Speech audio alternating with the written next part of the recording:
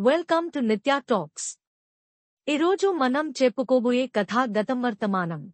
రఘు పుస్తకాన్ని పూర్తిగా అర్థం చేసుకోవడానికి ఎదుర్కొన్న ప్రతి అడ్డంకి అతనికి ఒక కొత్త అధ్యాయాన్ని తెరిచింది. పుస్తకం పేజీల మధ్య దాగి ఉన్న చరిత్ర, సంకేతాల రూపంలో అతనికి కనిపించినప్పుడు అతని మనసు గతాన్ని అన్వేషించడంపై మరింత మక్కువ కనబరిచింది. పుస్తకంలోని కొన్ని భాగాలు కాలంతో దెబ్బతిన్నాయి. అవి అతనికి పూర్తిగా స్పష్టంగా అర్థం కాకుండా ఉండడం అతని ప్రయాణంలో ఒక కీలక అడ్డంకిగా మారింది. కాని ఆ అడ్డంకులు అతని ప్రయత్నాలను తగ్గించలేకపోయాయి. ఇంతకాలం తన వంశానికి సంబంధించిన కథలు, పుస్తకంలో తారసపడిన జ్ఞాపకాల మాదిరిగా ఇప్పుడు రఘు గతాన్ని లోతుగా పరిశీలించడానికి సిద్ధమయ్యాడు.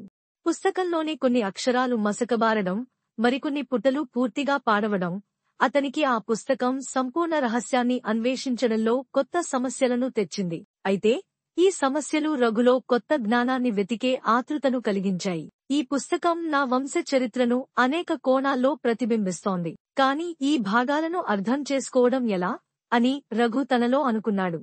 ఈ ఆలోచనల మధ్య అతను ఒక నిర్ణయానికి వచ్చాడు.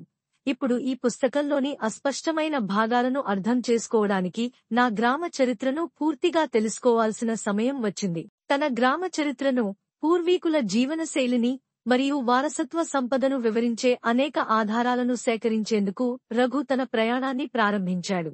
ముల్కాపురం గ్రామం ఎంతో పురాతనంగా ఉంది. అది కొన్ని శతాబ్దాల క్రితం నుండి ఉన్నట్టుగా గ్రామ పెద్దలు తరచూ చెప్పే మాటలు ఇప్పుడు రఘుకు మరింత ప్రాముఖ్యం పొందాయి. అంతకాలం క్రితం మా కుటుంబం ఆ గ్రామంలో మొదటిసారి స్థిరపడినప్పుడు వారు గొప్ప సమాజ నిర్మాణానికి మూలస్తంభాలుగా నిలిచారు అని గ్రామ పెద్ద ఒకప్పుడు చెప్పిన మాటలు రఘు తలచుకున్నాడు. అతను తన పుస్తకం డీకోడ్ చేస్తున్న కొద్దీ ఆ గ్రామ చరిత్ర అతనికి మరింత ఆసక్తికరంగా అనిపించింది. రఘు తన గ్రామంలోని ఒక పురాతన గ్రంథాలయానికి వెళ్లాడు. అక్కడ అతను గ్రామ చరిత్ర, పూర్వీకుల గురించి లభ్యమయ్యే ప్రతి చిన్న సమాచారాన్ని సేకరించాడు. ప్రతి పాత వ్రాత, ప్రతి కథనం అతనిలో కొత్త ఆలోచనలను రేకెత్తించింది. అతనికి అక్కడ ఒక పాత దస్తావేజు లభించింది. అది గ్రామంలో ఉన్న ఒక ప్రముఖ రాజవంశానికి చెందిన కథను వివరిస్తోంది. ఈ రాజవంశం మా కుటుంబానికి సంబంధించినదా అని రఘు తనలో అనుకున్నాడు. ఆ దస్తావేజులను తిరగేస్తున్నప్పుడు రఘుకు తన పుస్తకంలోని కొన్ని సంకేతాల ఆకారాలు అక్కడ ఉన్న వ్రాతలలో కనిపించాయి. ఇవన్నీ ఒకానొక కాలంలో మా పూర్వీకులతో అనుబంధం కలిగి ఉన్నాయేమో అని అతను భావించాడు. వాటి వెనుక దాగి ఉన్న రహస్యాన్ని విశ్లేషించడానికి ఆ వివరాలను తన నోటు పుస్తకంలో చేర్చుకున్నాడు. ఈ సూత్రాలతో పాటు రఘు తన గ్రామంలోని పెద్దలతో కూడా మాట్లాడాడు. గ్రామ పెద్దలు తమ పూర్వీకుల గురించి చెప్పిన అనేక ఆసక్తికరమైన కథలు రఘు మనసును ఆహ్లాదభరితంగా చేశాయి. మా పూర్వీకులు చాలా ధైర్యవంతులుగా ఉండేవారు. వారు గ్రామానికి రక్షణగా నిలిచారు. ఒకసారి వారు ఒక విలువైన నిధిని దాచారు. కానీ దాని గురించి ఇప్పటివరకు ఎవరూ చెప్పలేరు అని ఒక పెద్ద వివరించారు. ఇలాంటి కథలు వినడం ద్వారా రఘు తన పుస్తకంలోని దెబ్బతిన్న భాగాలను అర్థం చేసుకోవడానికి మరింత కృషి చేశాడు. అతను గతం గురించి తెలుసుకోవడంలో మరింత లోతుగా వెళ్లేందుకు పురాణాల గురించి కూడా అధ్యయనం చేయాలని నిర్ణయించుకున్నాడు. తన గ్రామ చరిత్రలోని ప్రతి కోణం అతనికి పుస్తకం నడిపించే దిశలో మరింత స్పష్టతనిచ్చింది.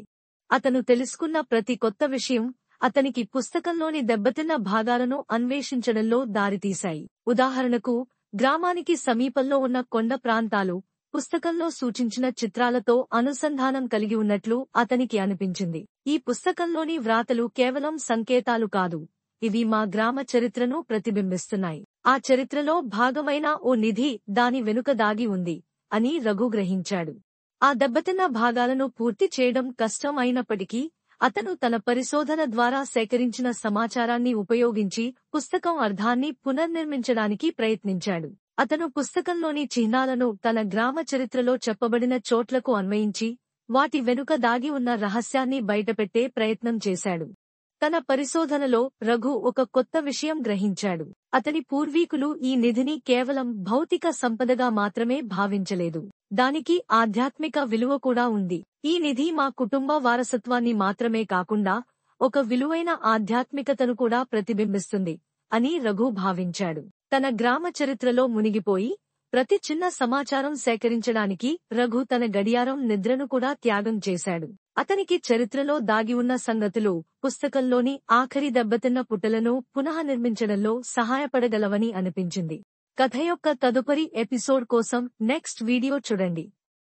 వీడియో నచ్చితే లైక్ చేయండి. ఇంకా ఇలాంటి వీడియోస్ కోసం మన ఛానల్ ని సబ్స్క్రైబ్ చేయండి.